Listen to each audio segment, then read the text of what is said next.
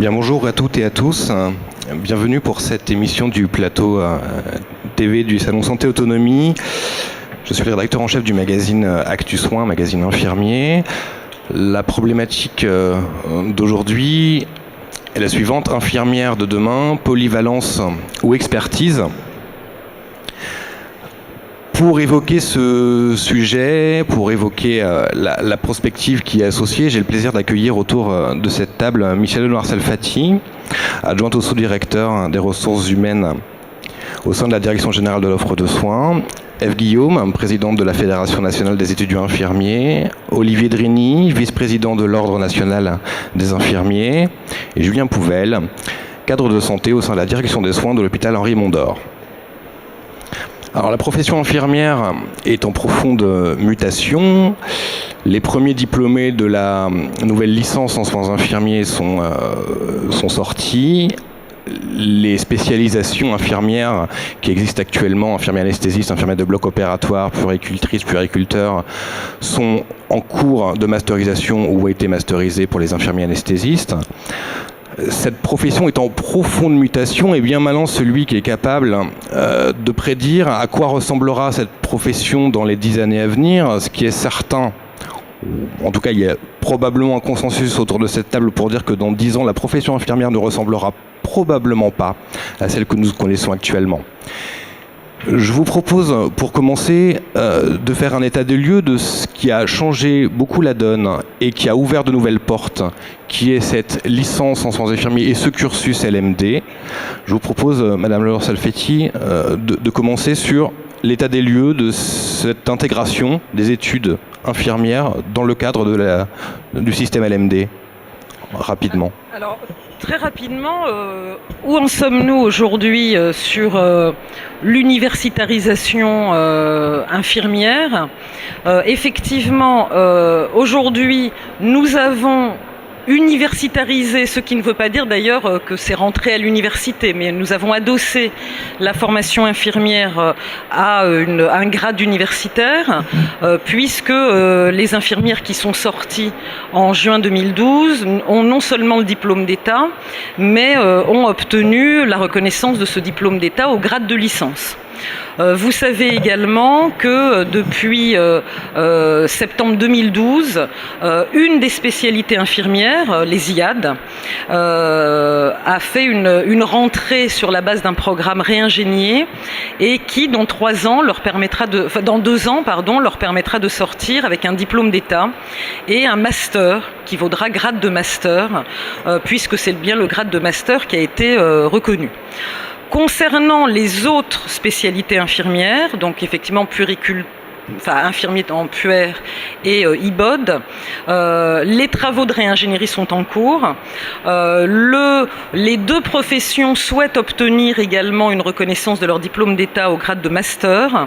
Ce sont des choses qui seront arbitrées prochainement, et notamment à l'issue d'une mission que la ministre de la Santé et la ministre de l'Enseignement supérieur et de la Recherche a souhaité diligenter, une mission IGAS-IGAENR, qui sera une mission plus large en fait sur le sens à donner à l'universitarisation et notamment au modèle à retenir pour l'universitarisation, c'est-à-dire est-ce qu'on reste sur l'appareil de formation actuel adossé par convention à l'université ou est-ce qu'on engage de façon plus volontariste la formation des infirmiers et des autres paramédicaux d'ailleurs à l'université. À côté de ça, et j'en aurai fini rapidement, il y a toute une série, on en reparlera, d'offres universitaires non liées à des diplômes d'État et non liées à des diplômes d'exercice, des diplômes de niveau master, en pratique avancée. Il y a eu les précurseurs qui ont été les masters de pratique avancée de l'EHESP et qui préparent aujourd'hui des infirmiers à ce que pourrait être, et on en reparlera, un futur exercice en pratique avancée. Alors j'aimerais maintenant avoir l'avis justement d'Ève de la Fédération nationale des étudiants en soins infirmiers sur cette universitarisation, sur la masterisation et en particulier sur le mode de fonctionnement actuel et éventuellement différent demain des instituts de formation en soins infirmiers tels qu'on les connaît. Quelle est la vision des choses de la Fédération des étudiants en soins infirmiers actuellement ? Alors, à l'heure actuelle, comme on le disait depuis 2009, on est rentré dans une réforme LMD qui nous rapproche d'un cadrage européen qui a été notamment promu par le processus de Bologne. Le problème aujourd'hui, c'est que c'est une universitarisation et donc pas une intégration qui est pleine à l'université. Donc effectivement, ça a créé une mouvance qui a amené à la création de nouveaux masters, dont ceux de l'EHESP en collaboration avec l'université de Marseille. Mais on n'a pas encore une filière telle qu'elle au niveau de l'université qui nous permettrait d'avoir une continuité dans les études de la licence jusqu'au doctorat, comme on peut voir au niveau international, notamment avec l'exemple qui est bien connu du Canada.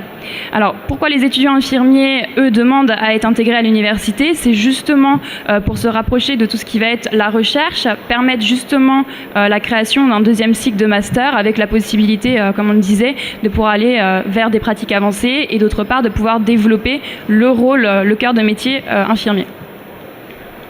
Alors on voit un petit peu actuellement, quand on suit l'actualité infirmière et paramédicale dans son ensemble, on voit que ça part un petit peu dans tous les sens. C'est-à-dire qu'il y a plein d'initiatives, des initiatives universitaires, mais aussi des initiatives d'écoles, de structures privées qui ont bien compris que quelque chose était en train de se passer. Il y a les protocoles de coopération permis par l'article 51 de la loi HPST qui sont en plein développement, même s'ils ils créent le débat et on en reparlera juste après. Je voulais justement revenir sur la distinction que vous faites dans vos propos entre master et pratique avancée. Concrètement, qu'est-ce qu'apporte un master ? Je voudrais qu'on reste vraiment très terre-à-terre, pragmatique sur le terrain. L'infirmière masterisée, quand elle revient sur une structure de soins, et l'infirmière en pratique avancée, lorsqu'elle revient sur sa structure de soins. Quelle est la différence entre les deux ? Quelle est la plus-value ? Alors, Madame Le Salfati. Moi, je crois qu'il va falloir. Il y a, je parle très simplement, il y a une grande appétence aujourd'hui à l'acquisition de masters par la profession infirmière, mais pas que. Je crois que c'est une demande, et vous l'avez très bien dit, de reconnaissance des professions et surtout d'avoir accès à la recherche, d'avoir accès à la possibilité d'affirmer une recherche infirmière, etc. Je crois qu'il va falloir dans les prochaines années que l'on distingue très clairement les diplômes de niveau master potentiellement, qui seront des diplômes qui ouvriront un exercice particulier, et la possibilité qu'a tout professionnel pour enrichir son exercice dans le cadre de la formation continue et de ce qui va être bientôt le DPC, de se former à un niveau master pour développer ses compétences, etc. Donc ça, c'est un point très important. Il faut qu'on soit très au clair sur de quel master avons-nous besoin en termes d'exercice. À ce titre, moi j'ai envie de dire qu'il ne faut pas partir de l'offre de formation, et que ce qu'on voit fleurir aujourd'hui dans tous les sens, il y a un intérêt avec l'ensemble des parties prenantes à y travailler, c'est-à-dire à se poser trois questions. Premièrement, je crois qu'il y a intérêt à clarifier les concepts aujourd'hui. C'est-à-dire, parce que ces concepts sont souvent utilisés, on a tout intérêt à se dire, c'est quoi un métier socle, les métiers qui existent aujourd'hui.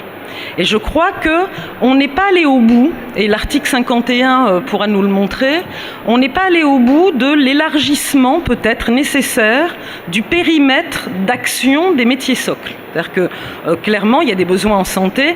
Avant de se dire on va créer de nouveaux métiers, avant de se dire on va créer de nouveaux masters, est-ce qu'on ne peut pas faire avancer les lignes des métiers socles? C'est vrai pour les infirmiers, c'est vrai pour d'autres. Je prends un exemple dans une autre filière, mais vous voyez, dans la filière visuelle, on se rend compte, et on en discute aujourd'hui, qu'on peut donner la possibilité de faire des actes complémentaires à des orthoptistes dans le cadre du métier d'orthoptiste, sans créer de nouveaux métiers, sans forcément adosser ça à des masters de pratique avancée.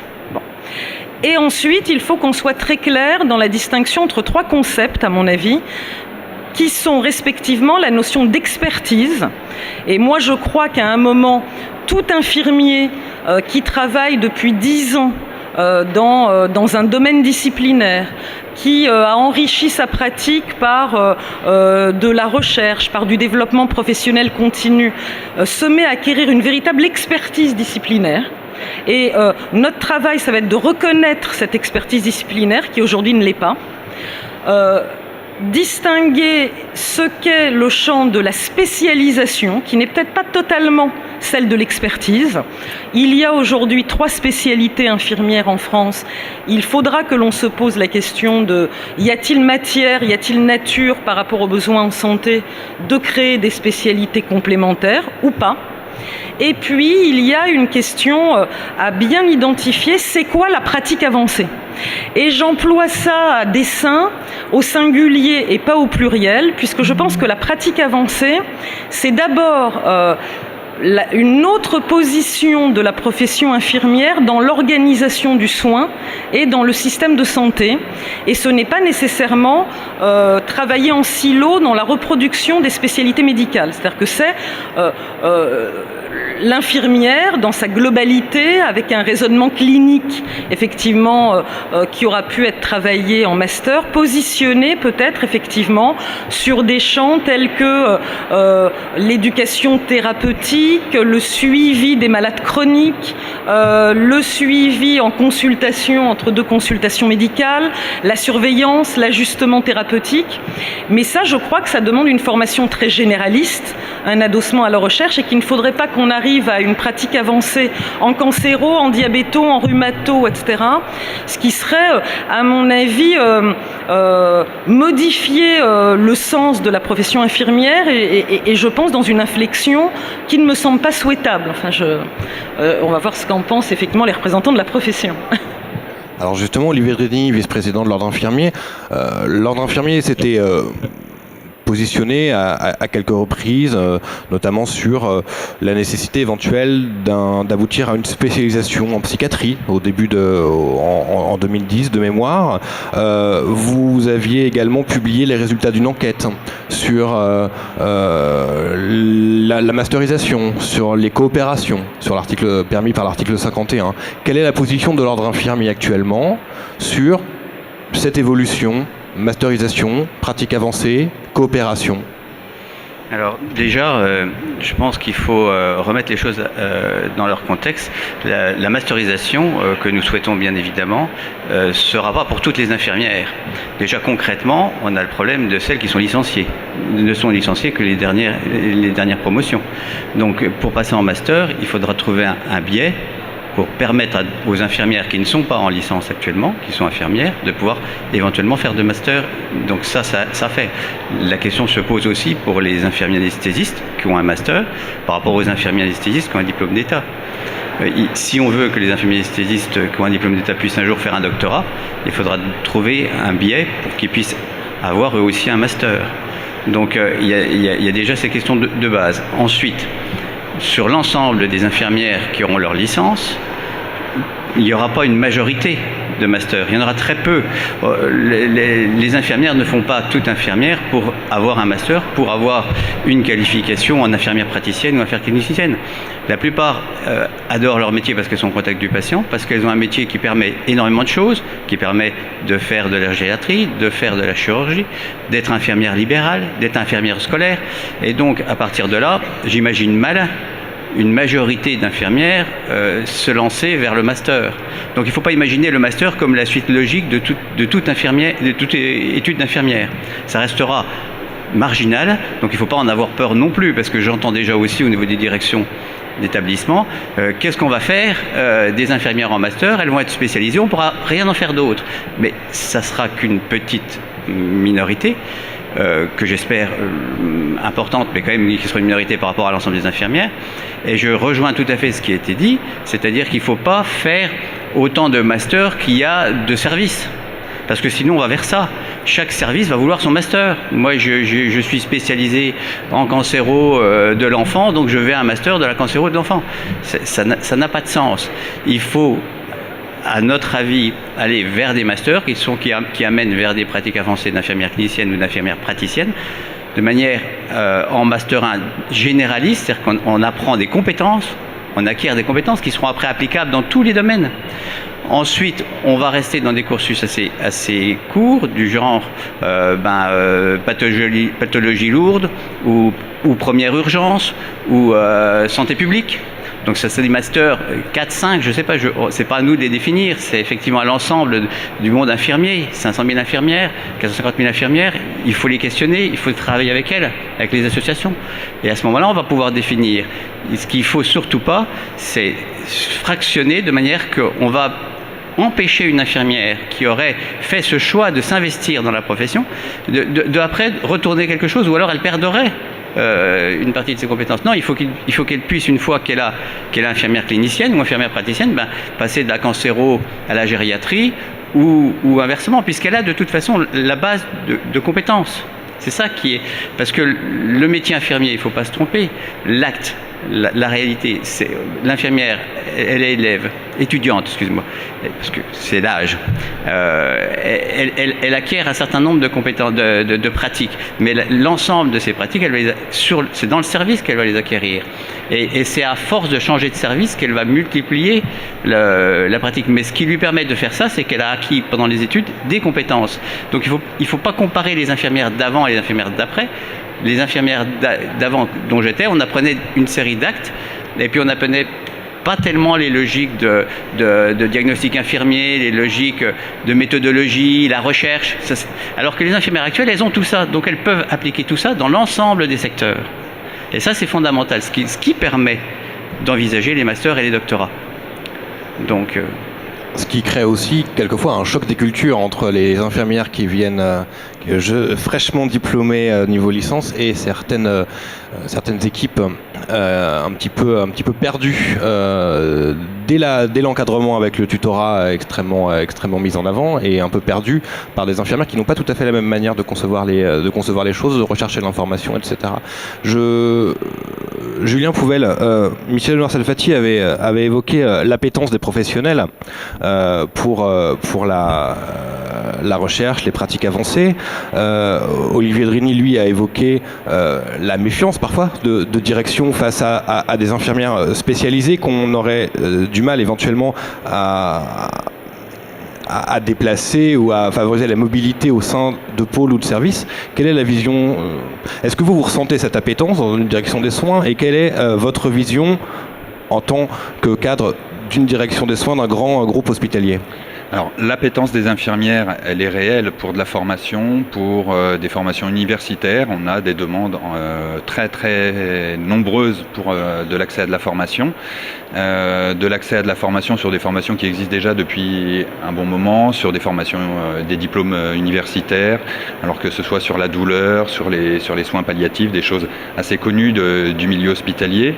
Maintenant, il est vrai que au niveau des directions, on n'a pas forcément une crainte très marquée par rapport à toutes ces questions de mobilité. On a plutôt, en tout cas pour ce qui me concerne, des difficultés à déjà pouvoir honorer les formations qui sont demandées. C'est-à-dire que les crédits de formation ne suivent pas forcément. La demande est là, mais les crédits de formation, on ne les a pas forcément.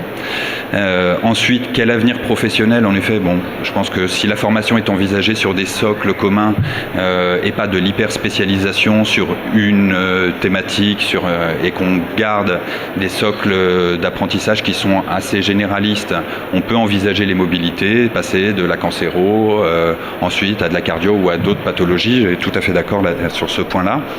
Maintenant, c'est vrai que sur la gestion des compétences, et pour le coup c'est mon métier, j'ai une équipe de suppléance sur 2 sites avec plus de 30 services d'intervention pour cette équipe, infirmière et aide-soignante. La difficulté est de pouvoir cibler les postes maintenant sur lesquels elles peuvent intervenir. C'est-à-dire que même après avoir travaillé sur des intégrations, sur des parcours de formation, sur des parcours de stage, voire même avoir développé le dispositif de contrat d'apprentissage au sein de l'établissement, on a des infirmières qui ne peuvent pas accéder d'emblée à tous les postes. Il y a des postes pour lesquels on va travailler pendant 2-3 mois au minimum avant de pouvoir confier un groupe de patients, puisque on est sur des compétences requises trop pointues. Et du coup, c'est vrai que la gestion des compétences, c'est d'organiser les mobilités dans les différentes unités, de pouvoir cibler des postes qui sont accessibles à tout le monde, puisqu'on est sur un socle de polycompétences.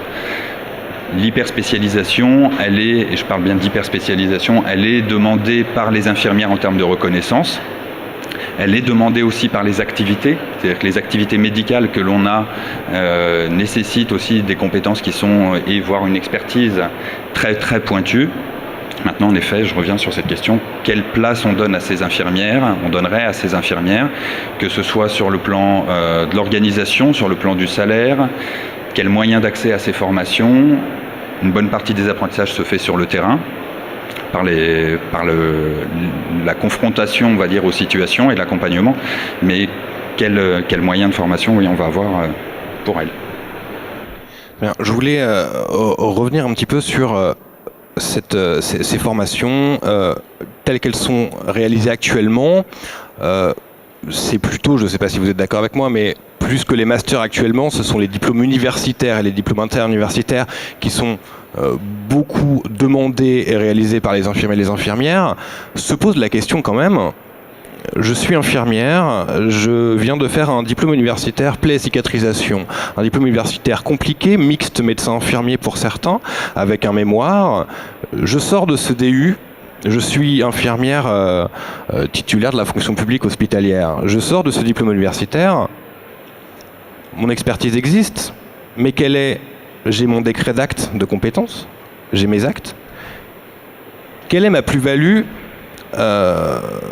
objective? C'est-à-dire qu'il y a une expertise, j'ai une expertise, mais je suis en travail posté, j'ai mes patients. Je n'ai pas forcément les moyens d'avoir une transversalité, puisqu'il faut bien que je gère mes patients. Est-ce que, la question est la suivante, est-ce que le décret d'acte tel qu'il existe, et en allant même plus loin, est-ce que la distinction entre métier médical et métier dit paramédical, même si peu d'entre vous apprécient ce mot, alors, est-ce que ça a encore un sens, tout simplement? Madame Lohar-Salfati, peut-être, pour commencer. C'est une vaste question. Je vais plutôt prendre la première, parce que le décret d'acte, je crois qu'à un moment, il en a été débattu. Il en a été débattu lors des états généraux de l'organisation des soins en 2008. Il y a une vraie question autour du décret d'acte, et je pense que c'est aux professionnels de s'exprimer. C'est un cadre, le décret d'acte. Donc comme tout cadre, il est à la fois protecteur, et j'entends ce que disent les professionnels en disant que ce décret d'acte protège la profession, les protège en responsabilité et leur donne effectivement une assise professionnelle. Il est effectivement, au moment où on est en train de faire bouger des professions et les lignes d'une profession, il est évidemment limitatif, c'est le rôle d'un cadre, et c'est bien tout le dialogue qu'on doit avoir avec les professions. Clairement, dans le modèle anglo-saxon qui est sous-jacent à la question de la pratique avancée, qui est sous-jacent à la question des infirmières praticiennes ou cliniciennes, on n'est plus dans le cadre du décret d'acte. On raisonne en termes de mission que peuvent avoir tel ou tel professionnel, et j'ai l'impression, mais là aussi il faut que le débat soit, il n'y aura pas une décision unilatérale, il faut que le débat soit important. Je pense qu'une évolution des professions dans leur ensemble passe par un questionnement de la question du décret d'acte, qu'on peut d'ailleurs imaginer. On est en train aujourd'hui de faire un travail avec les IBOD qui me semble tout à fait intéressant à ce titre, puisqu'il y a un décret d'acte, IBOD, qui ne leur confère d'ailleurs aucune exclusivité d'exercice, à la différence des IAD. Et on est en train de travailler à l'intérieur de ce décret d'acte à voir si on peut, ajouter des actes complémentaires que ne pourraient faire que les seuls IBOD au bloc, mais au-delà de l'ajout d'actes, moi ce que je trouve intéressant dans la démarche qu'on est en train de mener, c'est que les IBOD, comme les médecins, puisque la Fédération des spécialités médicales est présente, commencent plutôt à engager leur réflexion vers des missions qui pourraient être confiées sur prescription et sur la base de protocoles à des IBOD dans les blocs. Alors évidemment avec un encadrement réglementaire, mais c'est-à-dire qu'on est en train de voir qu'au fond, le souhait des professions de pouvoir être positionnées autrement rentre mal dans le cadre limitatif du décret d'acte. Donc, décret d'acte, cadre protecteur mais limitatif, c'est certainement une question qu'on va avoir dans les prochains mois, prochaines années, et un débat qu'il va falloir avoir, ne serait-ce que, vous souhaitez en parler, lorsqu'on va devoir interroger les suites à donner aux enseignements de tout ce qui s'est passé dans le cadre des protocoles article 51. C'est-à-dire qu'on voit que ces protocoles commencent à montrer qu'on peut bouger des lignes. Comment fait-on ? C'est-à-dire qu'à chaque fois, on ne va pas ajouter un acte dans un décret. Et donc, comment engage-t-on cette réflexion très concrète autour de l'élargissement des périmètres d'action des professions ? Olivier Drini, pour l'ordre infirmier, vous aviez interrogé les professionnels de santé dans une grande enquête qui est parue il y a quelques mois. Quel est décret d'acte, mission ? Quelle est la vision des choses au sein de l'ordre ? Je ne serai pas ferme et définitif. Je pense que tout est encore à construire. Mais il y a quand même des grandes lignes. J'ai dit tout à l'heure que toutes les infirmières ne feront pas de master. Le décret d'acte, on n'est pas obligé de le supprimer. Les infirmières, elles vont rester infirmières. Elles ont souvent besoin, elles aiment leur décret d'acte pour différentes raisons. Et moi, je ne vois pas pourquoi on le supprimerait. Par contre, oui, l'enrichir. Je ne vois pas non plus l'opposition entre article 51 et décret d'acte. Non, pour moi, un article 51, l'idée, c'est à terme, s'il est fonctionnel, si il montre sa pertinence, d'intégrer la pratique de l'article 51, qui est souvent du factuel, dans le décret d'acte. Par contre, à partir du moment où on rentre dans la pratique avancée, pour le coup, effectivement, le décret d'acte n'a plus vraiment lieu d'être, puisqu'on est dans de la pratique avancée. Donc, pour moi, c'est pas une opposition. La pratique avancée ne veut pas dire suppression du décret d'acte. Enrichissement du décret d'acte, bien sûr, ça s'est toujours fait. Quand j'ai commencé mes études, les infirmières n'avaient pas le droit de faire les gaz du sang en artérielle. Maintenant, ça le fait. Régulièrement, on ajoute des actes. Donc, moi, je vois effectivement le maintenir à tout prix. Je laisse aux associations et je laisse la réflexion au monde infirmier. Le supprimer tout de suite maintenant, je vois pas l'intérêt. Ça n'amènerait rien. Au contraire, ça déstabiliserait la profession.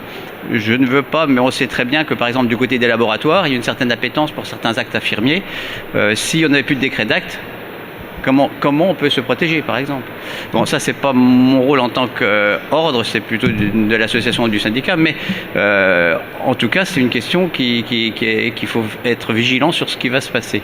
Je rappelle simplement l'article 51 de la loi HPST pour ceux qui ne sont pas forcément parfaitement au point là-dessus. C'est en simplifiant la possibilité locale d'établir des protocoles de coopération entre médecins et professionnels de santé. Typiquement, à Marseille, on a vu la réalisation de myélogrammes par des infirmières. Récemment, là, à Cochin, le dépistage de mélanome dans le cadre de consultations. Protocole validé par, je parle sous votre contrôle, Madame Salvati, mais protocole validé par les ARS, dont les autres ARS peuvent choisir d'importer, entre guillemets, sur leur zone de compétence. Voilà l'article 51. La question qu'on peut se poser quand même, en étant un petit peu candide, c'est est-ce que ce développement de compétences, protocole de coopération par l'article 51, master, pratique avancée, est-ce qu'il n'y a pas un risque qu'on le fasse pas forcément pour de bonnes raisons, c'est-à-dire qu'on le fasse essentiellement pour des questions de coût, parce qu'une infirmière ça coûte moins cher, une infirmière se positionne éventuellement en étant très cynique, peut-être un petit peu moins par rapport à un médecin. Est-ce qu'il n'y a pas un risque de tomber sur quelque chose d'un petit peu calculé, un petit peu cynique, où on fait faire des actes à moindre coût? Est-ce que c'est pas quelque chose dont il faut se méfier? Peut-être Ève? Oui, effectivement, avec l'article 51, on voit de plus en plus de protocoles de coopération se mettre en place, de délégation de tâches de la part du médecin vers l'infirmière. Le problème aujourd'hui, c'est effectivement le cadrage. C'est pas pour autant, avec un protocole d'accord, que l'infirmière va avoir une rémunération quelconque, une place autre. En réalité, elle garde le poste qu'elle a, mais avec un travail supplémentaire. Donc ça pose aussi aujourd'hui problème, notamment aussi en termes de formation, parce qu'en fonction du protocole, il faut tant d'heures pour pouvoir avoir la délégation, d'autres protocoles, il faut beaucoup plus d'heures. Donc il y a quand même un souci. Il y a aussi le fait que l'infirmière dans un service donné va se faire former à une délégation de tâches. Le jour où elle va changer de service hospitalier, si le protocole n'est pas nationalisé, va perdre cette délégation. Donc c'est vrai que ça va apporter certainement un plus au centre hospitalier en termes de prise en charge. Par contre, pour l'infirmière elle-même, il n'y a pas de réelle valorisation. Au sein de la DGOS, moi, je crois qu'il faut rappeler que l'article 51, c'est un article dérogatoire. Je crois qu'il n'a pas vocation à être pérenne. C'est-à-dire que je ne suis pas du tout convaincue que l'article 51, dans 10 ans, dans 20 ans, il a encore du sens. Le sens de l'article 51, c'était de démontrer qu'on pouvait faire bouger les lignes et qu'on pouvait positionner des professionnels de santé, infirmiers, orthoptistes, kinés, psychomotriciens, sur des champs élargis, c'est-à-dire que la pratique avancée, c'était pas seulement un souhait de reconnaissance des professions, mais que, ça pouvait fonctionner, que les professionnels pouvaient prendre cette place et qu'en plus, ça apportait quelque chose en termes de qualité de la prise en charge aux patients. Donc globalement, l'article 51, c'est un démonstrateur, c'est-à-dire qu'on essaye de démontrer que des choses sont possibles, mais à l'évidence, il va falloir à un moment que l'on dépasse l'article 51 et qu'on arrive à construire ce dont on parle depuis le début, c'est-à-dire élargissement des périmètres des professions, pratiques avancées, qui ne seraient pas dérogatoires, mais qui seraient effectivement intégrées dans le système de santé. Pour reprendre votre question, et je trouve qu'elle est intéressante, quelles sont les bonnes raisons pour faire tout ça? Quelles sont les mauvaises raisons? Pour moi, il y a 2 mauvaises raisons pour changer les périmètres, pour essayer de mettre en place des pratiques avancées. La première mauvaise raison, c'est la réduction des coûts. Je suis parfaitement d'accord. Il y a eu des articles autour de certains protocoles qui dénonçaient le soin low cost, etc. Et c'est pas du tout l'enjeu de l'article 51.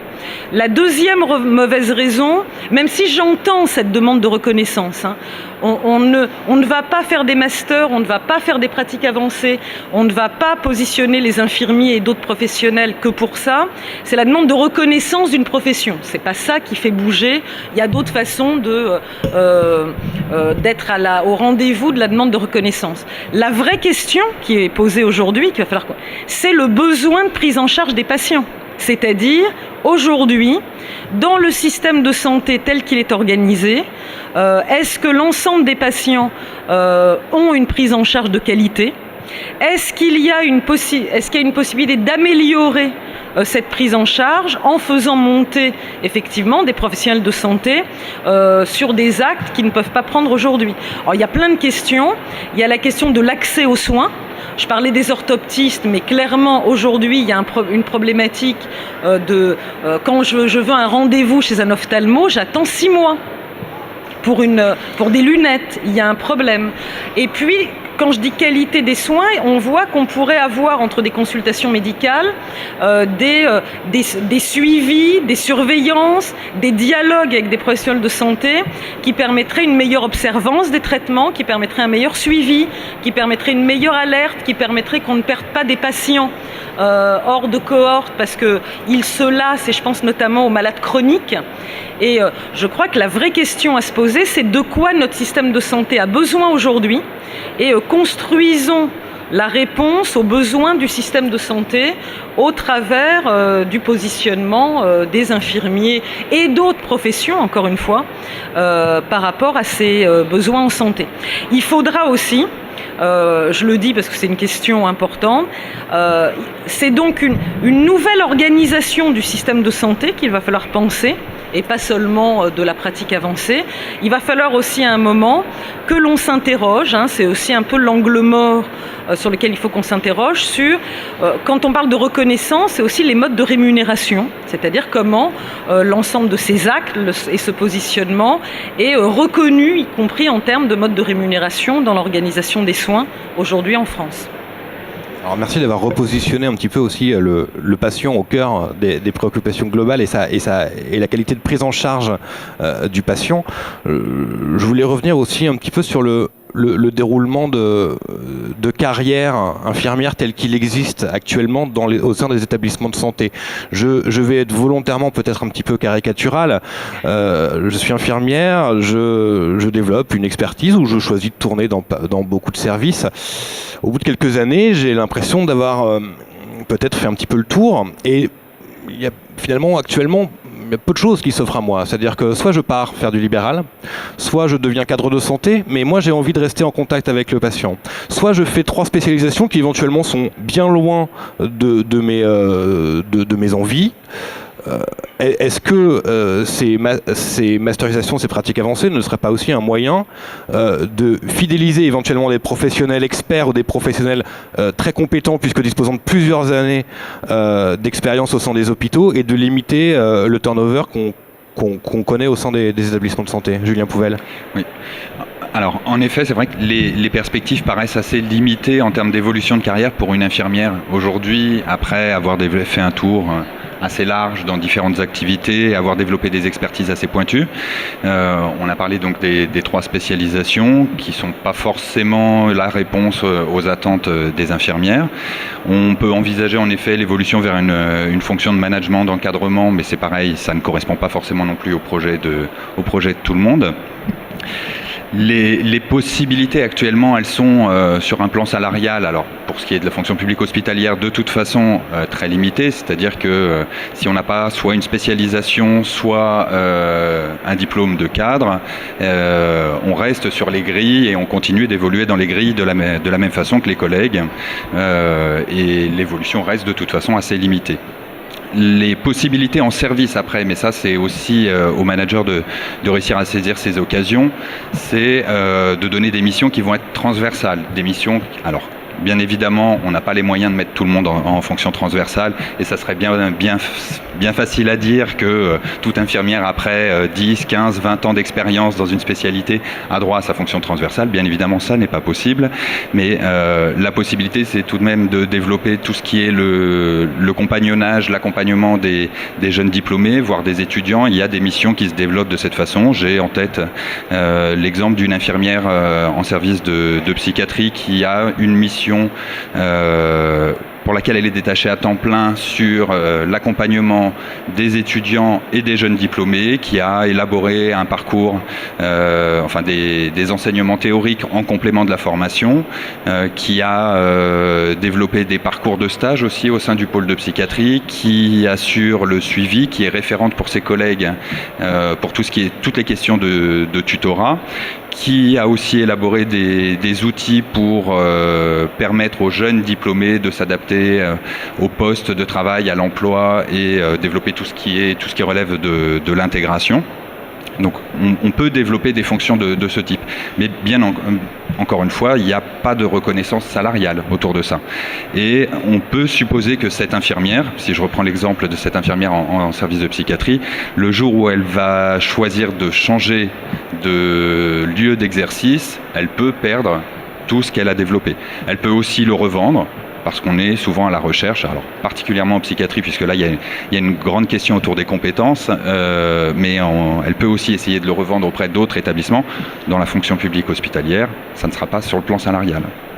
Merci pour cette précision sur la fonction publique hospitalière. Je vous propose de conclure ce plateau en vous laissant chacun la parole sur votre vision des choses, de l'infirmière dans les années qui viennent, de l'infirmière en pratique avancée, de l'infirmière masterisée, et de votre vision et de vos souhaits pour cette profession infirmière dans les années à venir, Monsieur Dreny.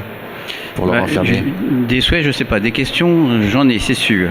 La question, on a commencé en parlant de l'universitarisation des études, mais quid des enseignants?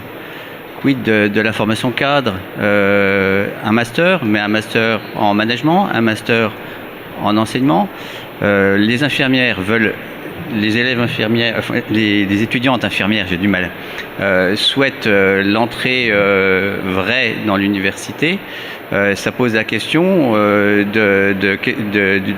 des enseignants, mais ça pose aussi la question du mode d'enseignement. C'est-à-dire que les infirmières sont très attachées au tutorat, sont très attachés au travail, à la vie de l'équipe, à la notion de ce que c'est que le soin et la fonction d'une infirmière. Mettre tout ça en théorie dans une année commune avec l'ensemble des paramédicaux, ça pose une sérieuse question sur qu'est-ce qu'on va obtenir comme infirmière. Autre question, l'article 51. L'article 51, moi j'ai tendance à dire qu'il ne marche pas. Il y a 40 protocoles de coopération depuis qu'on a lancé. Très peu concernent les infirmières. Les infirmières souvent refusent ce type d'article puisque, ça a été dit tout à l'heure, c'est un peu Kleenex, c'est-à-dire on pallie au manque médical. Une des questions qui n'a pas été pourquoi on a mis l'article 51, c'est aussi pour essayer de voir comment on peut remplacer des médecins. Mais ça veut dire que quand on aura de nouveau des médecins, les infirmières qu'on aura mis en article 51, on s'en débarrasse. Ça fait très longtemps que les infirmières font de l'article 51 sans le savoir. Moi, je connais des infirmières qui font des coloscopies. Je connais des infirmières qui font plein d'actes. C'est pas légal, mais c'est des protocoles services. Les infirmiers anesthésistes, par exemple, en clinique, une majorité d'actes courts, type coloscopie, sont faits uniquement par des infirmiers anesthésistes. Le médecin, il est présent dans l'établissement, mais il n'est pas à côté d'eux. Bon, et je ne parlerai pas des IBOT qui attendent toujours leur master et qui déjà font des actes qui sont largement au-delà de ce qu'elles sont censées faire. Donc, effectivement, l'article 51 pour valider ce type d'expertise infirmière, pour le rentrer dans le décret d'acte et pour le généraliser, pour qu'une infirmière qui a appris à faire ça puisse le faire partout, pourquoi pas? Ça se discute. Mais il faut que la formation, elle soit vraiment marquée, alors appuyer sur, si possible, des masters, et il faut que derrière, il y ait réellement une analyse avec une expertise pour voir si ce protocole, c'est un plus pour le patient ou pas. Si ça n'amène qu'un plus pour le service et pour le chef de service, c'est pas intéressant. Il faut qu'il y ait un plus pour le patient, il faut qu'il y ait un plus pour les infirmières. Et ça, c'est fondamental. Il faut derrière, pour pouvoir faire ça, une informatisation des systèmes. C'est-à-dire qu'il faut qu'on puisse vérifier que ce qui est vrai ici puisse être vrai là. Donc les protocoles doivent être, si possible, s'appuyer sur des systèmes informatiques dont on peut avoir des requêtes et derrière avoir des analyses fines. On parlait du coût. La démonstration à l'étranger démontre que c'est pas un gain de coût, une infirmière qui prescrit, parce qu'elle va souvent prendre plus de précautions, mais c'est un gain en qualité. Ça, c'est très clairement démontré. Les patients sont très contents d'avoir ce type d'infirmière. Donc, effectivement, tout ça, c'est beaucoup de questions. Mais il faut vraiment les poser. Il ne faut pas simplement poser un article 51 et dire c'est la panacée. Il ne faut pas dire on va faire des masters mais pas les mettre en place. Il faut à un moment donné réunir toute la profession infirmière. C'est quand même la plus grosse profession dans le monde de la santé. Et il faut l'apprendre en tant que telle, c'est-à-dire la questionner les enseignants, questionner les élèves, questionner les associations. Et à partir de là, effectivement, on va pouvoir construire ce qui va être la santé de demain, puisque effectivement, on a des problèmes de lien entre l'hôpital et la ville, on a des problèmes de démographie médicale, on a des problèmes de désert, on a des problèmes effectivement de déroulement et de promouvoir cette profession par la licence master doctorat. Très bien. Merci Olivier Drini. Guillaume, est-ce que vous voulez rajouter quelque chose? Ça sera le mot de la fin. Alors effectivement, on parlait de l'intégration universitaire. Il faut pas s'arrêter à des obstacles tels que vont devenir les enseignants, puisque des modèles transitoires sont possible à mettre en place. Au-delà de ça, c'est vraiment un système de santé qu'il faut repenser. C'est comment avoir un système de santé qui soit capable de répondre aux besoins de santé qui sont déjà présents, que ce soit le vieillissement de la population, les pathologies chroniques qui augmentent et surtout une désertification médicale. Donc il y a besoin d'avoir un système ambulatoire qui soit coordonné avec le monde hospitalier, qui soit performant. Il y a besoin de développer certains domaines, que ce soit dans l'éthique de la santé, dans l'éducation thérapeutique ou dans ce qui va être justement la prise en charge du vieillissement de la population. Donc effectivement, y répondre par la création de masters, par la pratique avancée, mais pas seulement infirmière, mais je dirais au-delà de ça, de toutes les professions paramédicales et médicales, si ces deux termes d'ailleurs ont encore lieu d'être, parce que pour moi c'est très cloisonné et finalement il faudrait justement permettre ce décloisonnement. Et puis au-delà de ça, il faut aussi être capable de développer nos métiers par la recherche, développer ce raisonnement clinique qui est le nôtre. Merci Eve-Guillaume et Michel-Édouard Salfati, très rapidement pour conclure. Rapidement, parce que je souscris totalement aux propos que vient de tenir Eve-Guillaume. Moi je crois que la question de l'avenir, c'est pas est-ce qu'il y aura des masters, est-ce qu'il y aura des DU, etc. C'est comment la profession sera positionnée dans l'organisation du soin en réponse aux besoins de santé. Après, le mode de formation, c'est voilà, comment on la forme à cette place, mais au fond, il ne faut pas prendre le moyen pour la fin. Et clairement, la fin, c'est pas d'avoir du master, etc. L'autre question fondamentale, vous l'avez abordée, c'est comment on arrive, au travers de ce repositionnement des paramédicaux auprès du patient, à repenser des parcours professionnels plus attractifs, plus innovants, plus fluides que ceux qu'ils sont aujourd'hui. Et j'aurais envie de dire, arrêtons en France de sacraliser le diplôme master ou un autre. Il faut que l'on pense reconnaissance des acquis professionnels, il faut qu'on pense VAE, il faut qu'on pense passage, facilité entre un mode d'exercice et un autre. Et en fait, l'enjeu réel, c'est ça pour la profession infirmière, mais pour toutes les professions de santé, à mon avis, aujourd'hui. Merci beaucoup, merci à toutes et à tous d'avoir participé à cet échange enrichissant. J'espère que nous serons là l'année prochaine pour faire un bilan et un point d'étape. Merci à tous nos auditeurs, nos auditrices et bon salon à vous.